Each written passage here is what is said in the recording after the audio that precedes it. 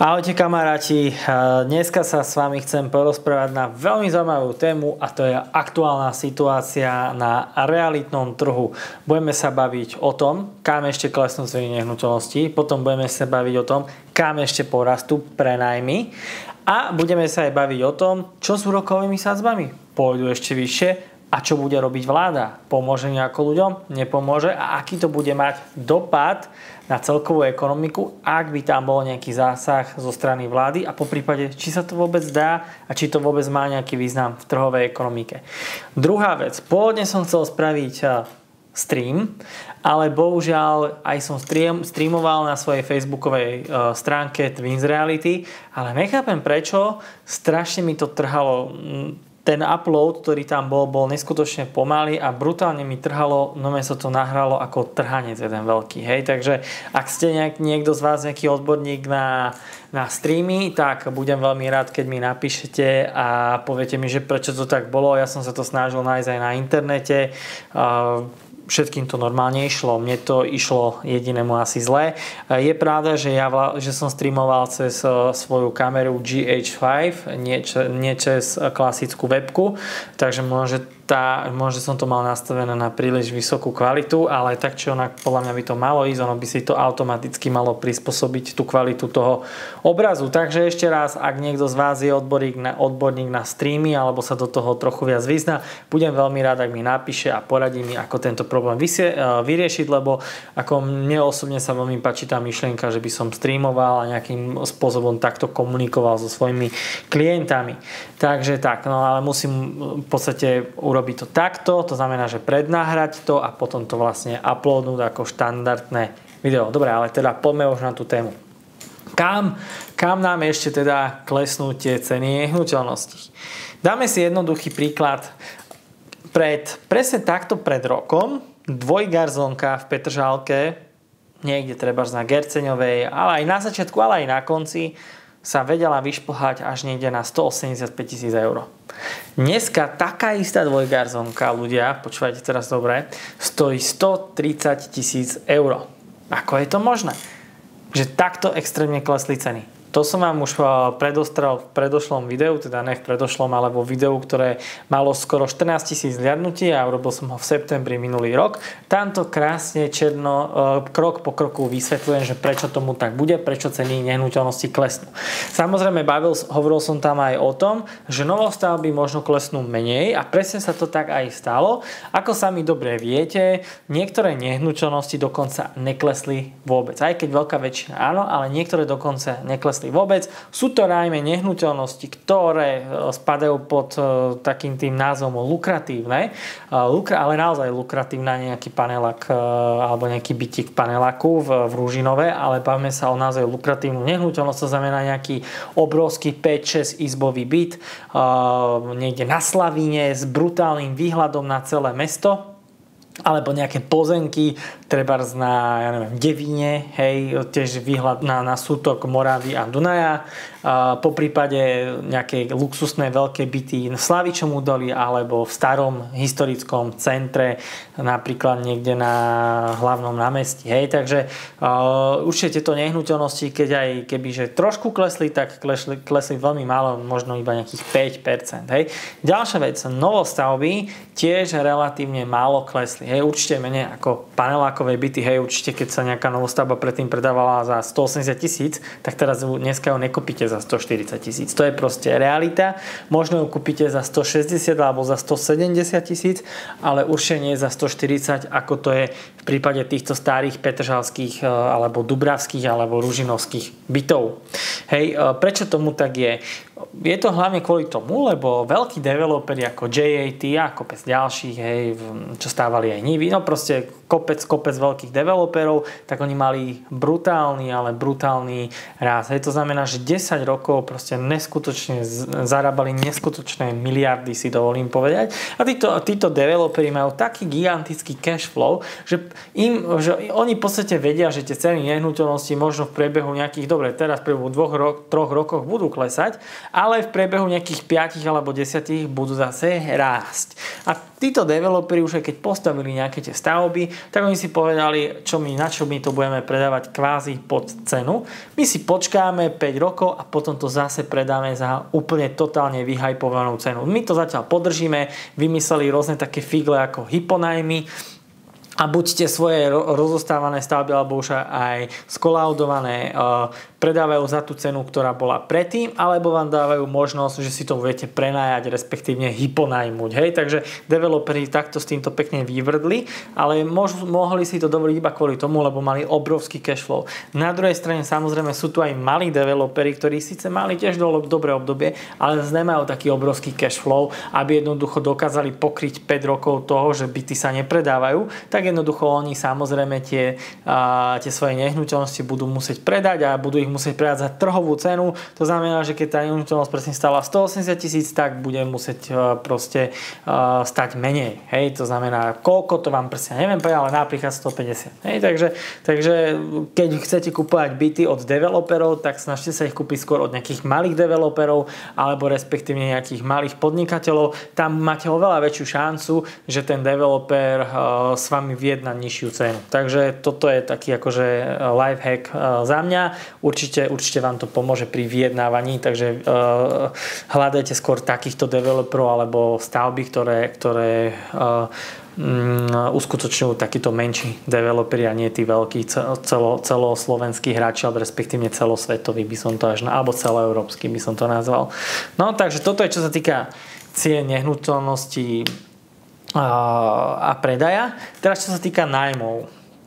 Ja som robil videjko ešte tak vo februári, kde som riešil práve tieto energie, že akým spôsobom to môže ovplyvniť ceny nájmov, s tým, že samozrejme vtedy som ešte nevedel, že ako do toho zasiahne vláda. Ona zasiahla do toho celkom efektívne. Nakoniec tie energie sa pre fyzické osoby nejako výrazne nezvýšili. Zvýšili sa síce trochu, ale nie až tak razantne a preto v podstate v tej danej chvíli tie nehnuteľnosti nejako zásadne neporástli, respektíve ceny nájmov nejako zásadne neporástli, porastli možno len o nejakých 5%, alebo proste minimálne, skôr iba o tie náklady, že sa zvýšili náklady, ja neviem, za energiu 20 €, alebo 30, tak vlastne skôr len o túto sumu, ale samotné nájmy sa nejako razantne nezvyšili. Teraz sa bavíme o nájmy o byty, hej, o tam, kde sa dá bývať. Nebavíme sa o nebytové priestory, tie naopak stále klesajú a je po nich naozaj extrémne nízky dopyt. A veľa ľudí, ktorí vlastnia nebytové priestory a kancelárie, tieto nebytové priestory sa snažia pretransformovať na bytové jednotky. Hej? Takže tak. No ale to som zase odskočil od témy. Ale teraz ste si určite všimli mnohí z vás, že tie nájmy išli radikálne hore. Predtým byty, čo stáli za 800 €, tak dneska stoja už 1000, takže je tam zhruba nárast najmä spred leta aj počas leta asi aj o 20%. Prečo tomu tak je a čo sa stalo? Však platy nám neporástli stále. Je to úplne jednoduché. Ľudia nekupujú byty, ale potrebujú bývať. Hej? Takže idete radšej do prenajmu. Hej, jasne, nemôžete si dovoliť kúpiť nehnuteľnosť, lebo tie úrokové sadzby sú vysoké a ceny sú tiež stále vysoké. To znamená, že keď si dneska kúpite dvojizbák alebo dvojgarzonku, jak som vám hovoril v Petržálke, aj za tých 140 000, tak tá vaša splátka na tú hypotéku bude, ja neviem, 600 € plus ešte náklady za energie. Ale takýto byt si viete prenajať za relatívne nižšiu sumu. Hej? Takže stále tam ušetríte nejakých 100-150 € a keď sa jedná treba za nejaké väčšie byty, ja neviem, nejaké trojizbaky, čo stoja 200 000, hej, tak tieto byty si dneska viete prenajať za 900 €, ale keby ste mali platiť splátku na hypotéku, tak to vás vidia aj 1000 a plus ešte energie k tomu, takže to máte aj o 400 € alebo 350 € navyše, takže ľudia radšej siahajú potom po tých nájmov a toto v podstate spôsobuje nárast tých cien nájmov. Ale na druhej strane je tam rozdiel s tým, že čo sa týka predajov, tak ceny nehnuteľnosti v prípade predajov išli brutálne hore až do vesmíru, ale nájmy v prípade nájmoch sa to takto nemôže stať, lebo oni sú limitované tou kúpyschopnosťou obyvateľstva. Hej, ako som hovoril, stále máme dvojciferné očakávanú dvojciferné číslo inflácie, takže v podstate ľuďom sa nezvyšila kúpyschopnosť, nemajú vyššie platy, nedokážu viac míňať peňazí, takže jednoducho zase tie nájmy narazia na nejaký strop, kde jednoducho už nemôžu už ísť vyššie, lebo jednoducho ľudia na to nemajú peniaze, nebudú si to môcť dovoliť, takže samozrejme aj tí prenajímatelia musia toto zohľadňovať a aj to zohľadňujú, lebo potom respektívne nebudú vedieť prenajať tú svoju nehnuteľnosť. Takže toto, čo sa týka nájmu, a teraz poďme na tú najviac pálčivú tému, a to sú hypotéky, respektívne padanie fixácií a navýšenie mesačných splátok tým, že porastli úrokové sadzby. Táto téma sa stala veľmi zaujímavou, najmä kvôli tomu, lebo je silno medializovaná, dovolím si povedať, že až spolitizovaná viacerými populistickými politikmi, ktorí samozrejme navrhujú, aby sa zdanili z banky a z toho, čo sa zdaní, tak v podstate sa uhradil ten rozdiel medzi tým nárastom úrokovej miery, tým fixovaným úrokom a tým terajším trhovým. Môj názor je taký, ja som to už aj hovoril predtým, podľa mňa je to blbosť. Ja si myslím, že v trhovej ekonomike takéto niečo nemôže byť. Teraz si určite mnohí z vás poviete, ale však energie som podporoval, ako je to možné, však tam štát zasiahol a zafixoval tie ceny a uhradil to vlastne tým distribútorom energií. Ale treba si uvedomiť jednu zásadnú vec, aký je v tom rozdiel, a to je za prvé jednak tu išlo o samotné fungovanie štátu a ekonomiky. To znamená, že keby štát vtedy nezasiahol, čo sa týka tých energií, tak by sa to celé rozsýpalo a úplne by to celé spadlo. Druhá vec, SPP, Slovenské elektrárne, Slovnaft, to sú všetko viac menej štátne firmy. Vy si poviete, alebo však už Dzurinda ich dávno sprivatizoval, ale nie je to pravda. Dzurinda sprivatizoval iba časť, ale väčšinový vlastník ostal stále štát. To znamená, že štát je stále väčšinový akcionár a má hlavné slovo, čo sa týka všetkých rozhodnutí. Hej, takže štát si tam môže diktovať a má oveľa väčší priestor pre vyjednávanie s tým súkromným vlastníkom tých jednotlivých podielov v rámci tej akciovej spoločnosti. Ale čo sa týka bank, tak štát nič nemá spoločné s bankami. Štát je iba ich regulátor, respektívne Národná banka je regulátor bank a štát môže iba takýmto prostredníctvom regulovať trhovú ekonomiku, hej, alebo trhový market a riešiť v podstate, že čo sa môže, čo sa nemôže a tak ďalej. Ale banky sú súkromné spoločnosti, sú to súkromné firmy a v podstate štát im nemá čo hovoriť, že za koľko oni budú predávať, za koľko oni budú svoje produkty oceňovať a tak ďalej. Hej, je to všetko vlastne súkromná vec danej spoločnosti a samozrejme oni fungujú na základe nejakých trhových mechanizmov a dopytu a ponuky, ktoré sú na trhu s finančníctvom a v bankových rôznych produktov. Hej, takže tamto štát má oveľa menšiu možnosť vyjednať niečo pre tých ľudí, ktorí vlastnia hypotéky. Plus druhá vec, ak by tak aj spravil. Myslíte si, že by to bolo dobré? Keby štát zdanil banky nejakým extrémnym spôsobom, tak ako to urobila napríklad teraz talianska vláda, tak čo si myslíte, čo tie banky spravia? Oni si automaticky tieto vyššie náklady premenia do vyšších cien. To znamená, že miesto, 3 eur za vedenie účtu budete platiť 100 eur, hej, alebo 50 eur. A to si myslím, že je dosť likvidačné, takže a hlavne za to zaplatia ľudia, ktorí nemajú tie hypotéky a ktorí sa nezadlžili. Takže toto je dosť také podľa mňa nespravodlivé.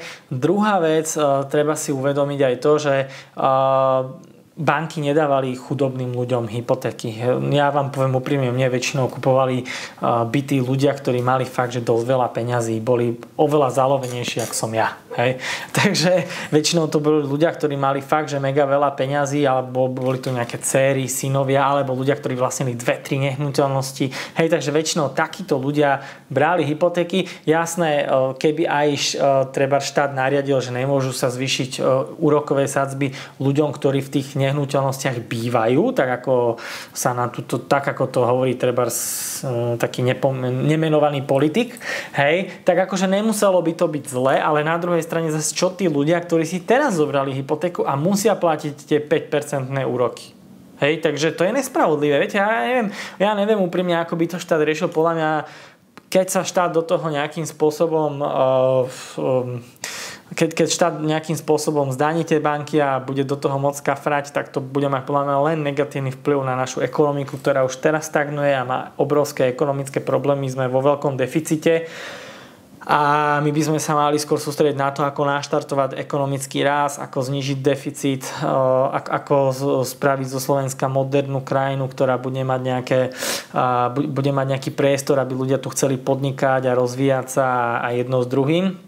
A takéto viac menej komunistické projekty podľa mňa vždy len spôsobili to, že pokrivili trh a spôsobili chaos v tej danej ekonomike a viac zadlžili tú krajinu. Ja si myslím, že štát by v tomto smere nemal zasahovať, ak by tak spravil, bolo by to zlé, plus tie ceny nehnuteľnosti by nepokračovali v tom poklesovom trende, takže zase by trpeli ľudia, ktorí tie byty kupujú, lebo budú musieť platiť tak či tak viac, lebo tie ceny nebudú tým pádom klesať. Takže v tomto smere, aby som nechal nejakú neviditeľnú ruku kapitalizmu.